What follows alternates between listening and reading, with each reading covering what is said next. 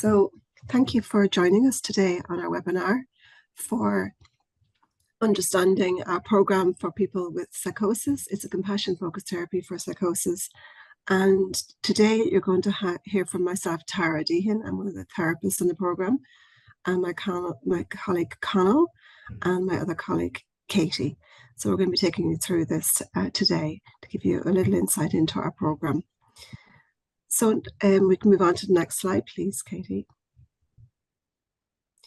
So today we'd like to take some time to share a psychological understanding of psychosis and really to explain the rationale behind our work. So we're going to be looking at a few different aspects today when we're thinking about this program.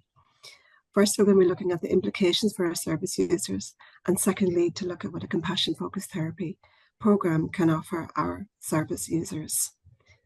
And then we hope to give you a little insight into the actual program that we do and the type of practices that we engage in and how we support our group members to maybe become more compassionate and more understanding of their experiences of psychosis. And then we're going to talk a little bit about research and perhaps how you might want to refer into our program. Okay, so next slide, please.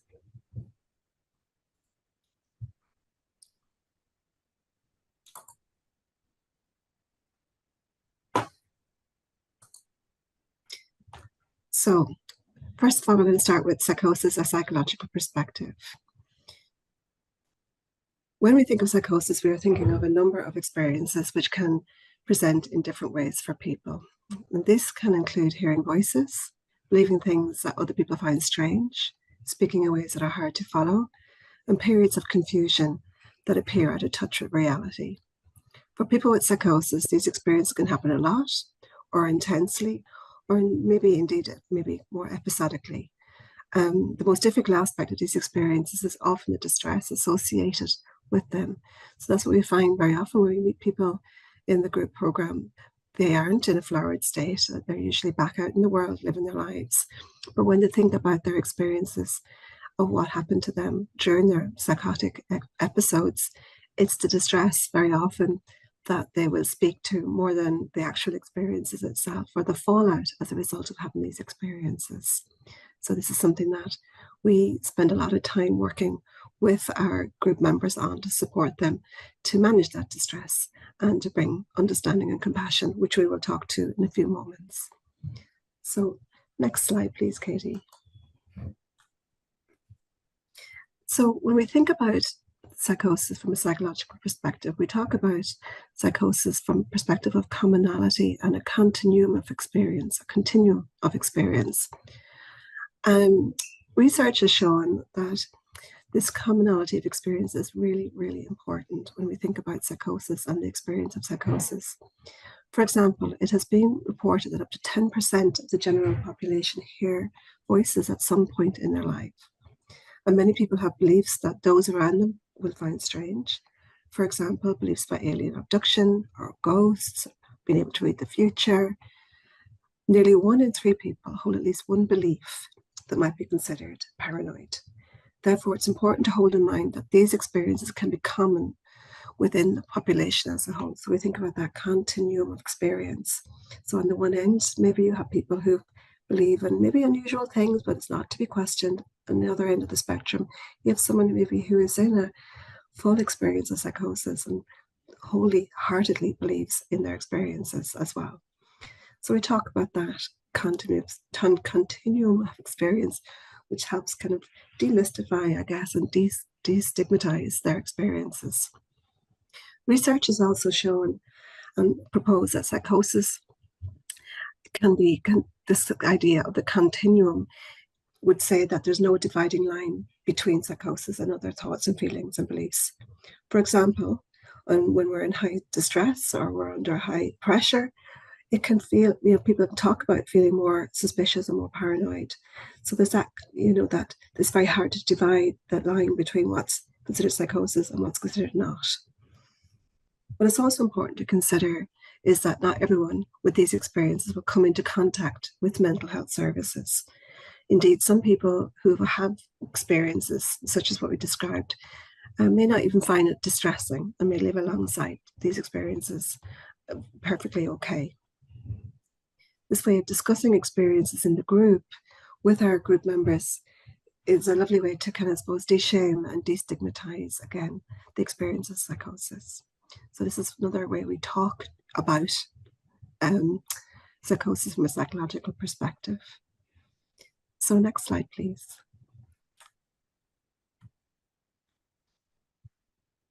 So Conal is going to talk in a few moments about formulation and understanding a person's experience of psychosis in the context of their life. But when we think about it from a psychological perspective, we think about the life experiences that people have had. And research again has drawn attention to a wide range of factors associated with the development of psychosis. Reviews have highlighted that childhood trauma is strongly associated with psychosis. We also know that childhood physical abuse can predict psychosis. And again, trauma more broadly is strongly predictive of psychotic experiences. When we think about that relationship piece, we also think that about how that those experiences are important and how other experiences are also important to understanding a person's experience of psychosis. And that could be what happened in school, bullying, social exclusion, discrimination, and inequality. And stress also appears to be an important factor in development of psychosis, and it can impact on how we think. For example, we become more self-conscious, more self-critical, and more aware of risk and danger. And inequality and poverty, this has been shown with there's a wider gap between inequality, between people in terms of poverty and inequality. There are greater instances of psychosis as well. And just to repeat the first point there we spoke about around attachment, again, that idea of attachment is so important to consider. And disrupted early attachments can have an impact on a person's experience later on in life in terms of experiencing psychosis as well. So I am going to go on to the next slide, please.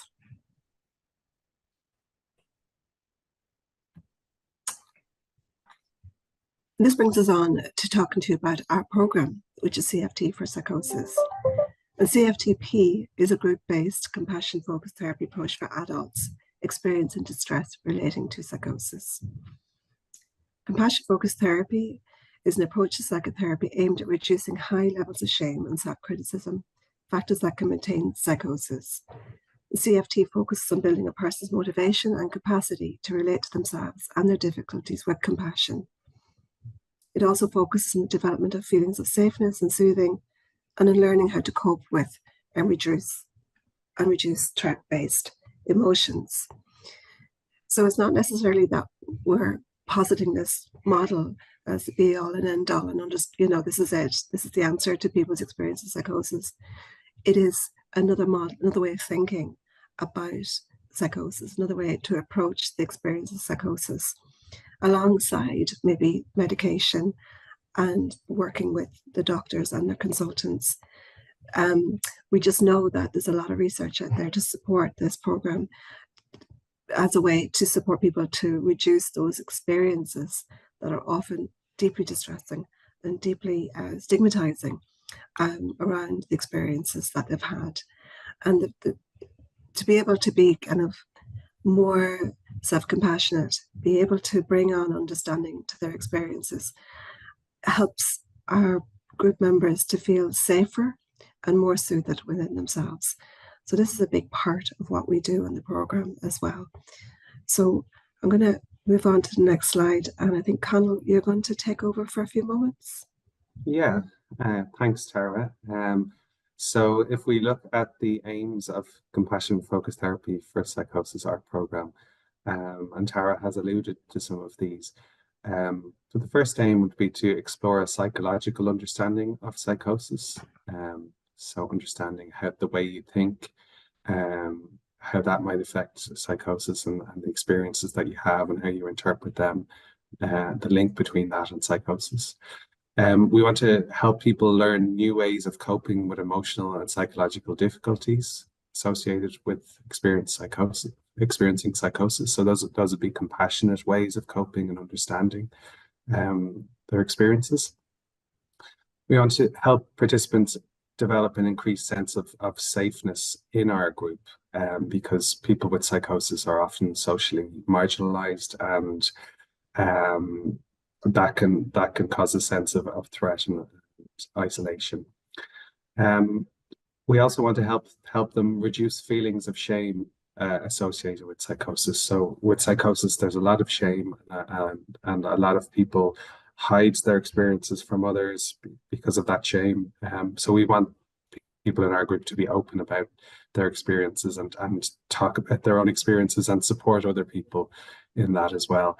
And the big part of compassion-focused therapy is to develop self-compassion, and that a self-compassionate inner voice that can take the place of a dominant self-critical voice, which is usually accompanying shame and feeling bad about yourself and blaming yourself for your experiences and how you coped with things.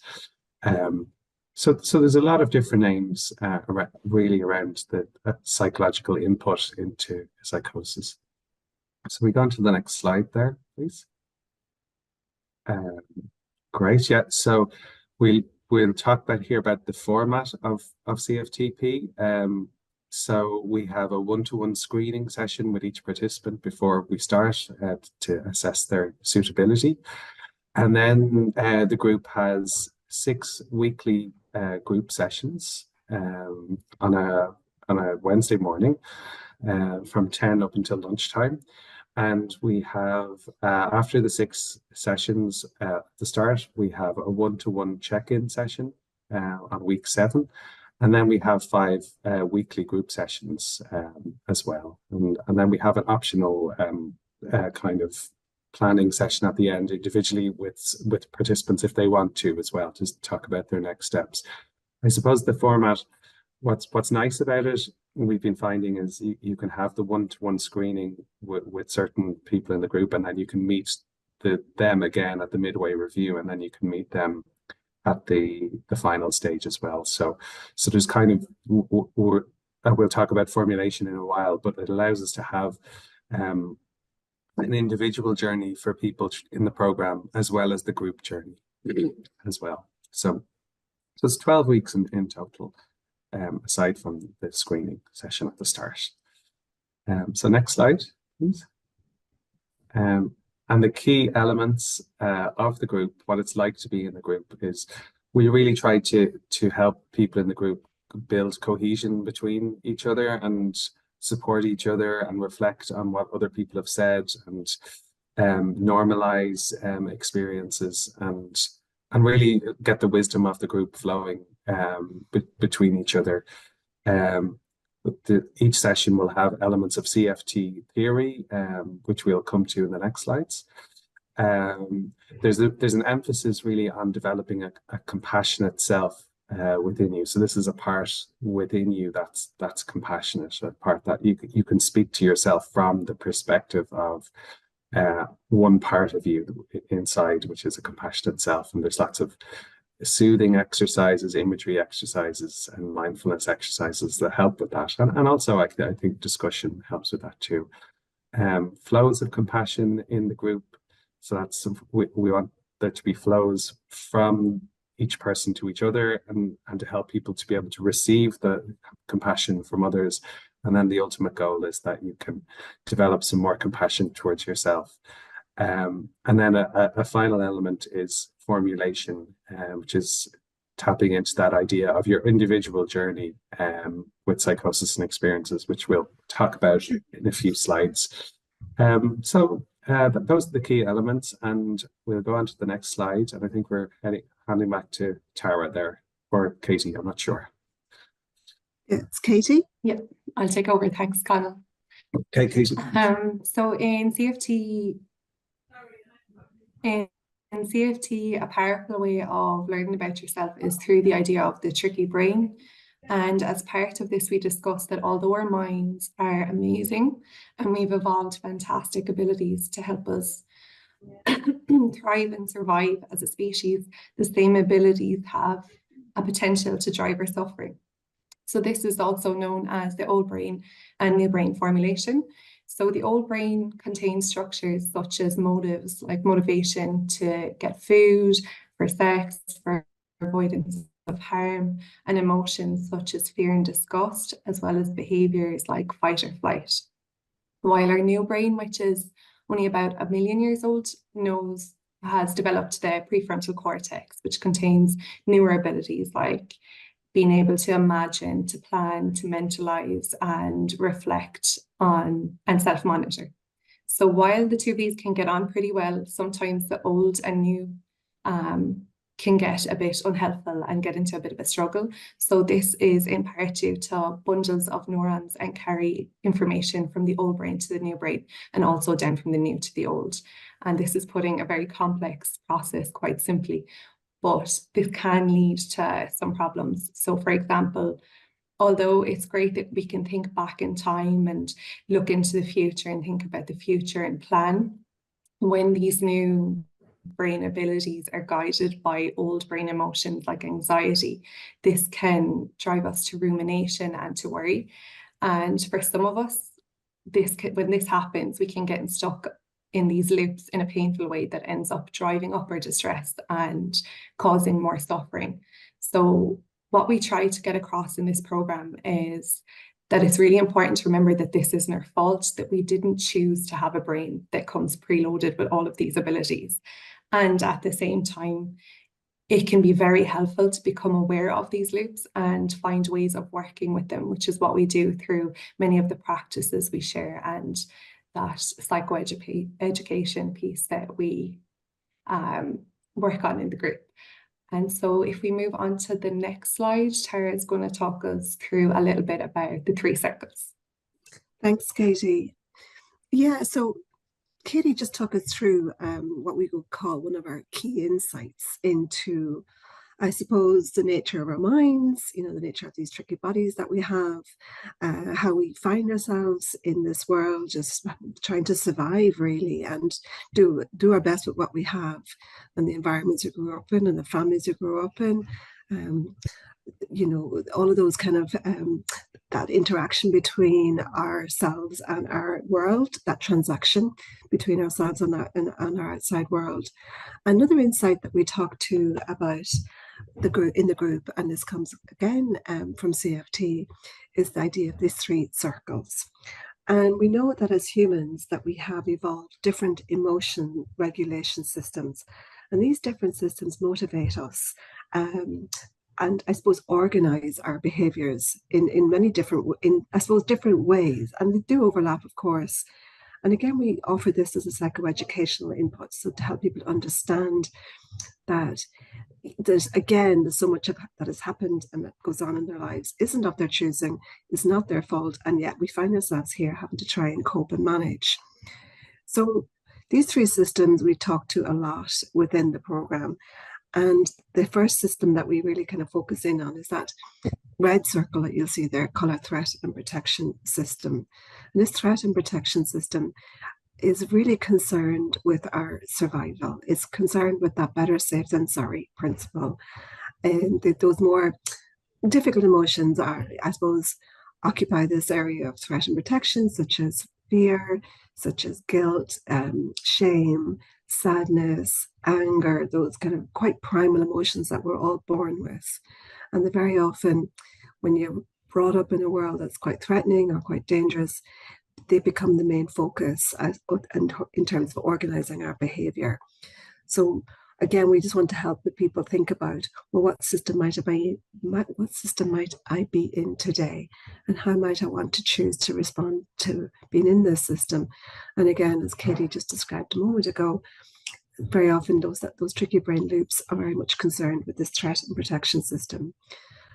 Alongside that, we have our drive and achievement system, and this is a very important system. And very often with people who've got experience with psychosis, they will find that this system isn't either in balance or perhaps is kind of small in comparison to their threat and protection system. And this is very much concerned with achievement, as it says, it's there itself. It's concerned with goals, it's concerned with planning, it's concerned with orientating us towards the future, that idea of securing resources. So it's a very important system, but again, can be out of sync when our threat system is very much dominating the show.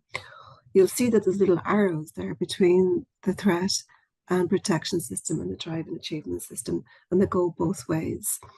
So sometimes we'll find with our population who come to us, not just for our group for psychosis, but across the board, that people will use their drive and achievement system to manage threat, to kind of, if I'm feeling very, I suppose, paranoid or feeling very worried that I'm not good enough, or I'm not doing, people might be judging me, I might work really hard to try and convince others that I've got this. But it's what we would call a threat-based drive. So this very often we'll see in our group that can often lead to burnout, where people will use their this system to manage their threat system. And it means that they work extra hard, or they work really hard to try and keep people happy, or they'll do things that will, anything to avoid those feelings of threat. But it means that they're not, I suppose, thinking about their threat in a way that is compassionate. So that's really important. Then we'll have our green circle. And this is, again, what we really want with these three circles is to have a sense of balance between the three circles. And our green circle is very much concerned with organizing us to feel safe, to be connected to others. It's that sense of being, that sense of kind of rest and digest. When we're in that system, we're not doing, we're just being. That's all we are in that system. And this is a system that is all concerned with affiliation, especially with others, and a sense of feeling safe within ourselves. Again, as you can imagine, with people who've got psychosis, this system tends to be very small. Sometimes what we ask our group members to do is we tend to get them to draw these three circles in proportion to each other, and you'll find that threat is usually very big, drive is usually quite small, and then their soothing and connection system tends to be very, very small in relation to these others. So what we want to do is kind of build a sense of safeness within themselves so that they can start to expand this particular circle. This circle is really important in terms of helping people to flourish and help people to connect with themselves in a way that's not threatening. So we really want to build on this circle within the group, within each other. This is why we do CFT-P in a group, because this is an opportunity for people to feel soothed and connected in the room and to connect with that feeling, which can be very different from feeling that sense of threat, which often accompanies experiences of psychosis. So again, this is such an important element of CFT-P, and this is threaded throughout the program so people can start to understand what it feels like to feel soothed and connected, and just to be rather than doing, or rather than avoiding, or being preoccupied by that threat-based circle. So maybe next slide, please, Katie. So another key insight that we have on CFT-P is understanding what is compassion, because it's such a bandied about word, really, and people talk about being compassionate and what does it really mean. And when we talk about it on CFT-P, we think about it from two perspectives. We call this the two psychologies of compassion. The first part is a sensitivity to our suffering and in ourselves and to others. Okay, so it's that engagement with our suffering. It's moving towards our suffering and being with our suffering and that of others. This can feel quite different than maybe, rushing to maybe, avoid our suffering or doing what we can not to be around it. This is about sitting and being present with each other. And this is really, really important. And knowing that we can witness each other's suffering and not have to try and make it better. And that can be really, really different. We talk about validation and how important it is to validate one another. And that can feel really soothing in of itself, not rushing to have to try and fix it. The second psychology is that part of wanting to relieve it and prevent future suffering. So while it's really important to validate and to be with each other in that suffering place, it is important that we also look to, well, how do we want to relieve it? How do we want to prevent future suffering? And by understanding that those two good psychologies of compassion in this definition, it helps people to think about that in a different way. What we do find a lot within this population, and indeed anybody that comes to do CFT more broadly, but in CFT-P especially, is people can very often have a block to feeling a sensitivity towards their own suffering, or that they have a right to feel differently about their own suffering, or that they don't deserve compassion, they don't deserve understanding, they don't deserve to feel better. So we talk about that too. We talk about how it can be really hard to feel, I suppose, to feel the care of somebody else, to feel the care towards themselves, or to even offer care to others, because their suffering can be such that there can be so many blocks to wanting to do something more compassionate about this. So again, we normalize all of that and how normal it is to feel those blocks to compassion. So next slide, please. So this is another, I suppose, building on what we've already chatted about. These insights are all about cultivating the compassionate self. Conal mentioned that part of us that is compassionate within us. And very often we'll find that there's a very critical part of us, a very shameful part of us that will berate us and put us down and shame us even further, especially post a psychotic episode, where people feel real stigma about maybe what has happened. Sometimes people had to be maybe sectioned or having to take into hospital under guard or custody, or maybe they've lost relationships as a result of what they were, how they were within a psychotic episode. So it can feel really hard to look at themselves in a way that is kind and caring. And you'll see in this little slide all of the different attributes that we really want to develop around developing the compassionate self. And these attributes are the kind of attributes and qualities that we have for others when they're suffering. So we want to help them to do that for themselves. So we want to build a sense of sensitivity, a sense of empathy, a sense of caring for their own well-being, distress tolerance, so that they can start to manage their distress without tipping over into that high threat place, so that they can connect with their soothing part of themselves and bring an understanding to their suffering that isn't threat-based, and that they can move towards them and their own suffering and their own story, which Conal's going to talk about in a moment, in a way that is kinder, in a way that's more understanding, in a way that's more empathic, than a way that's more sympathetic, in a way that we might offer compassion to another person with all of these qualities. How can we do this for ourselves? So this is a huge part of what we do on the program as well. And outside that little circle, you'll see all the different skills that we use in order to manage this, in order to support them to do this. We use imagery, we talk about emotions, we talk about engaging in compassionate behavior, so that people are starting to feel it as well. So very often compassion is a felt sense as well. And to feel it in your body, to feel cared for, not just from others, but for yourself, can be such an important experience for our group members.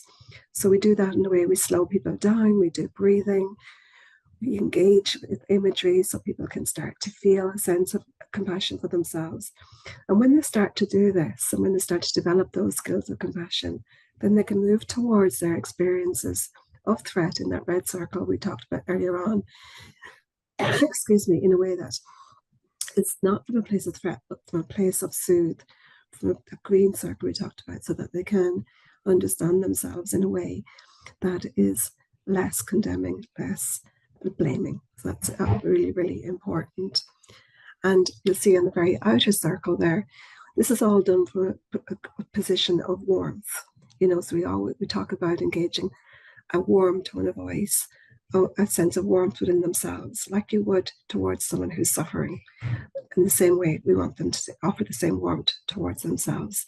So this is a major part of what we do, as well as the other insights, such as the tricky brain, those 3 circles, and the definition of compassion. So Conal's going to take you through the next piece of work that we do on the program as well. Thanks, Tara. Yeah, so uh, a big part of the program is formulation, and we've been doing this for the last few years. We've been growing an emphasis in this in the program, and it's really to give people in the group space to make sense of what about their experiences, their story, the links between that and psychosis experiences. What are the factors? So they could be life experiences like trauma or bullying experiences, or feeling socially isolated. What are the links between those experiences and the likelihood of having psychosis experiences? And what we've increased in the last, I think the last 2 or 3 groups is we're doing this in a more structured way. So if you think about the 3 circles that Tara was talking about earlier, that's a space for formulation. We can formulate about imbalances of those 3 circles between threat, drive, and soothe. But what we brought in recently is in the first 6 sessions, we have like a structure around formulation to give people the space to make sense of their story. And then we discuss that the work we've done in the 6 sessions with people in an individual review session midway through the group. And a big part of the formulation is looking at coping strategies, how people cope with experiences of psychosis, and how they cope with distress, and more generally comes in there as well. So we give people space to figure out what are their go-to coping strategies. So, for example, one of them might be social withdrawal,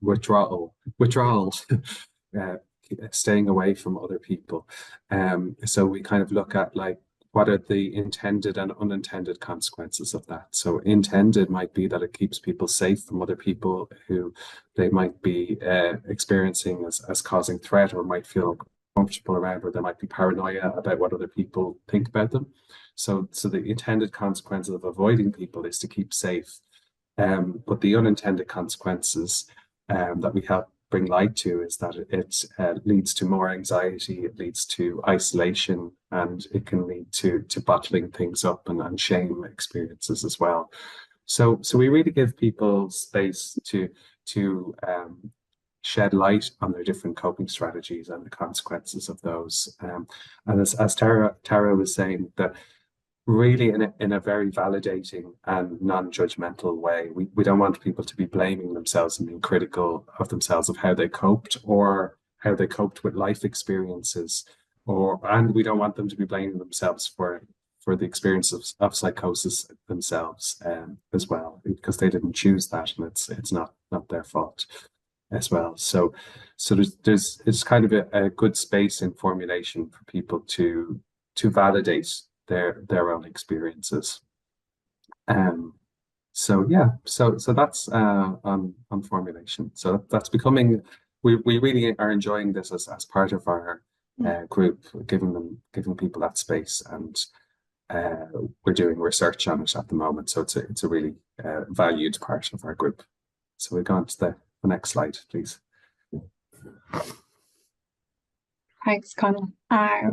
So I'm going to take you a bit through some of the outcomes and the data that we have from the group. As we do with all of our psychology programs, we collect data on the outcomes from each cycle, and then at the end of each year, we analyse these just to see the effects of the program for each person. So we can see here, we use the Compassionate Motivation Action Scale to measure self-compassion in people. And we can see that from last year, the 2022 outcomes, that there was an increase from 75 up to 83.22. And this is significant.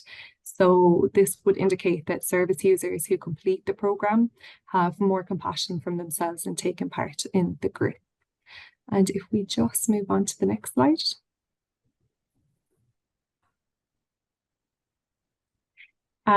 So as part of taking our measures, we also collect our qualitative feedback from service users, which can often provide us with more in-depth insight into their experience of being on the program.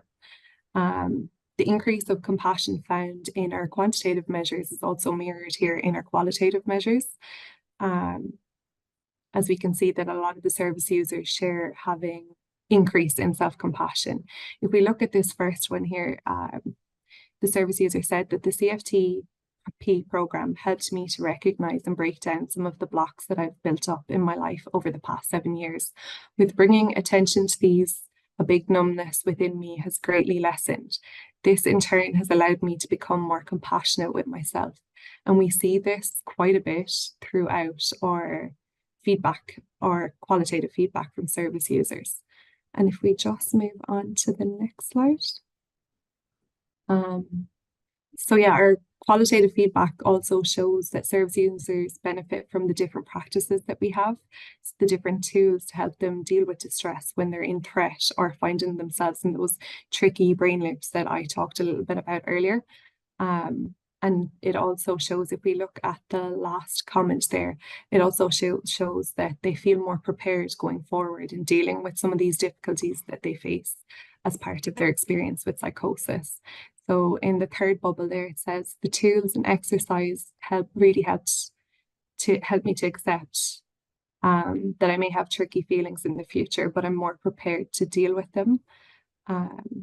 So getting qualitative feedback like this is great because it just demonstrates that the different practices that service users gain from doing the program helps them to cope in new ways that may be more helpful than moving forward.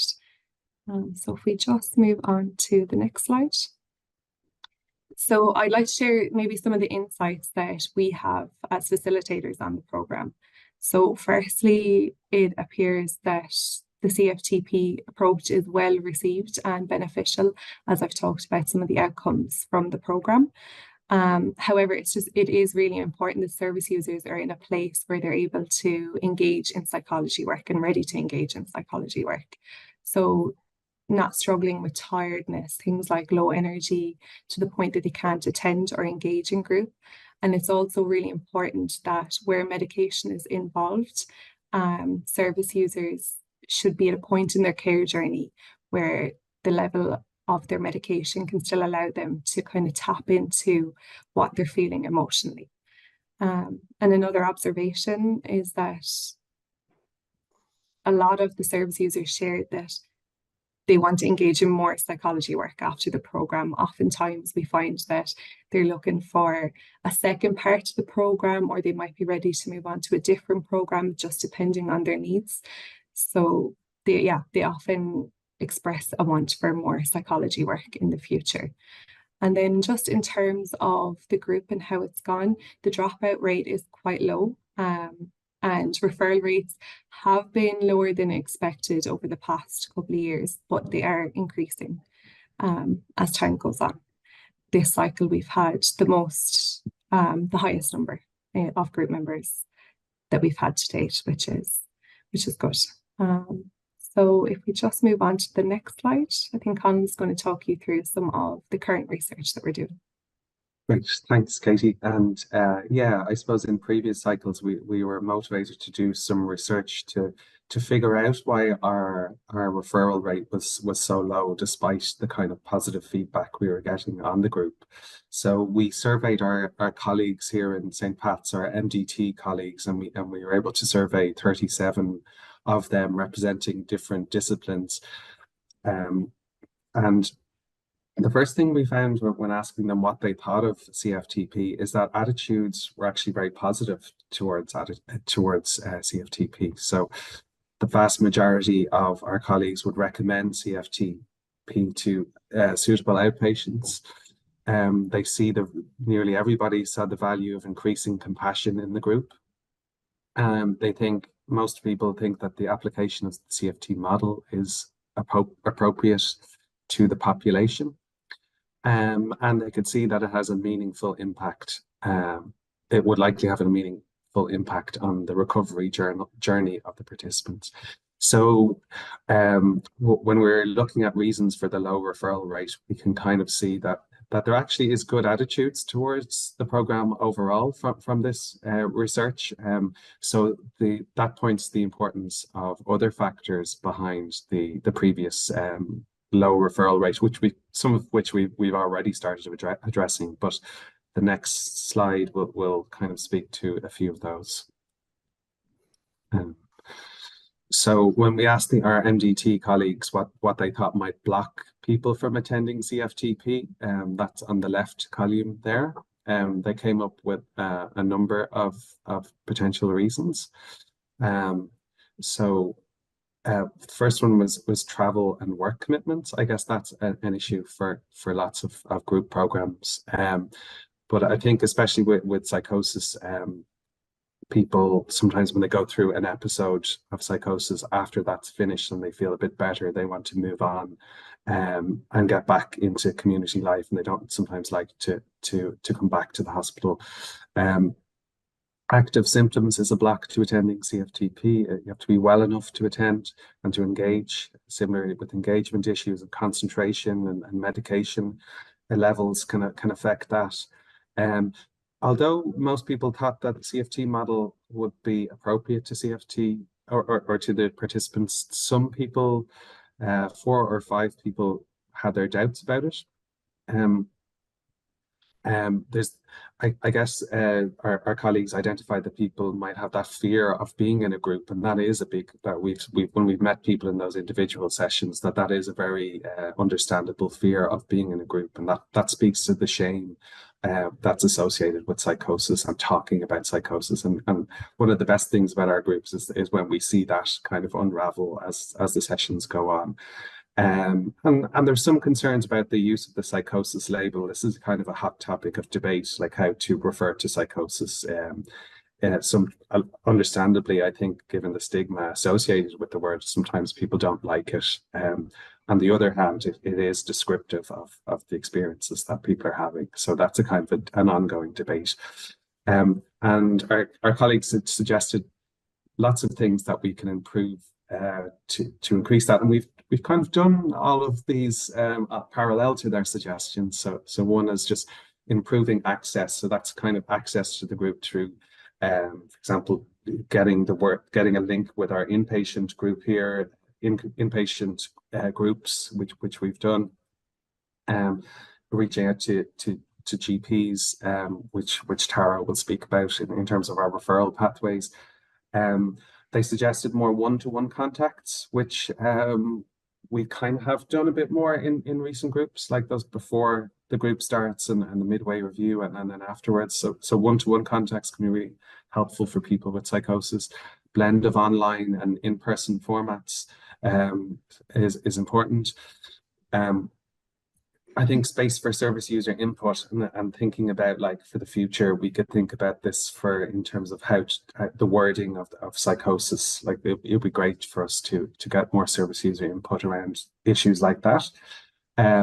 Open information sessions. So we're trying to spread the word a lot more in the different settings around our hospital here. But I guess we could do, and this very presentation is kind of an information session. So that's for service users and for potential referrers and other stakeholders as well.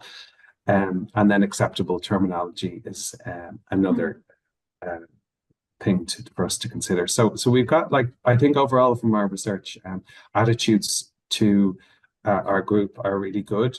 There are a lot of blocks to attending a group for people experiencing psychosis, and so that requires us to kind of have lots of different ways to facilitate attendance. So I think we've learned that ourselves parallel to this survey. That's been our own experience as well, and we've done our best to improve those things. And it has, as Katie said, it has improved in recent times. That's the referral rate has. So that's all on that piece of research, and I'll hand it back over to Tara now, who will talk about our referral process and next steps. Okay, thanks, Conal. So we're going to talk about referrals, and yeah, so I suppose you've heard Conal talk about, we do struggle to get some numbers in the program, and for all the various reasons Conal identified. So one of the ways we thought we would really, I suppose, open this up is to bring in referrals from outside the hospital, because that was solely before now, up until last year, it was just within the hospital that we took referrals. So you had to be under the care of a consultant within St. Pat's. So we're very excited to open this up and to have CFT-P out in the community, where people such as GPs or central mental CMHTs can also refer into us as well. So we really are excited about this, and the more that we get, that means that more people in the community are given an opportunity to work with their experience of psychosis in another way, alongside maybe medication or other treatments they might be receiving. So we'd really love for you to send in your referrals to us, and the pathway is through the referral assessment unit, and they do the initial assessment, and then that will come to us, myself or Katie or Conal, and then we will be in touch accordingly. So equally, if you have any questions or you just want to pick up the phone, I'm hoping that the details will be on this slide or on the website, so that you can call us and just pick up the phone and have a chat with one of us either. That's all. We're always really happy to do that. So maybe if we could just move to the next slide, please, because this is an important part, and we've alluded to this a fair bit throughout the program. It's throughout the presentation itself, the referral criteria. So the inclusion criteria is that people, when you're thinking about your patients, or you think about people you want to refer to the program, it's usually those people who have had some experience of psychosis. So it could be something like hearing voices or paranoia, delusions, dissociation. We'll find that a person doesn't necessarily have to have an Axis 1 disorder. They may have had a one-off psychotic experience, maybe in the context of drug-induced psychosis or postpartum depression or psychosis. So those people could be included as well. Service users who are motivated to learn new ways of coping would be really important. So, but there's a little motivation that they want to do something different about their experience, about their ongoing experience of psychosis, or that once-off experience, whatever that might look like for them. So a little bit of motivation would be really helpful as well. Again, that idea that they can engage within a group, constructively and safely. And it is in a group. It is, it does demand something different of people, but on the whole, as Katie was identifying before in the qualitative piece, the group is a wonderful way for people to share experiences, that they're not alone. I talked about that commonality experience before, and it really helps people to feel less isolated. And it's lovely to experience that in the room. And as the next criteria there, I've already spoken to you about, they may or may not have an Axis 1 disorder or diagnosis. That doesn't have to be the case. And it is open to inpatients and outpatients here in St. Pat's. The exclusion criteria, I suppose, would be people who may be in special care here in St. Pat's or in the community, or requiring a crisis response such as suicidality or ongoing chronic self-harm. And I suppose, again, people who've had recent or ongoing substance misuse, ideally people would be sober or not using substances while they're on the program. We understand that people have relapses, and we would respond accordingly, but ideally people who haven't been really just coming out of a state where they've had to maybe engage in services to help them with their substance misuse, so ideally to be free of that. So they're the main criteria for the program. I think that's it from us, really. As we say, any questions, there's the final slide there, any questions, any queries, you can check out the website as well, or email us, And then there's my email there, and there's Conal's. We don't have Katie's there because Katie's our lovely assistant psychologist, and she may not be with us for the foreseeable. She's certainly with us for the time being, which we deeply appreciate, but she may not be with us in the foreseeable. So either contact myself or Conal if you have any questions or queries. We'd love to hear from you and have a conversation with you about the program. So thank you for tuning in. And like that, we really look forward to hearing from you and receiving your referrals. So on behalf of Conal and myself and Katie, thank you for getting to this final slide with us. Take care and goodbye.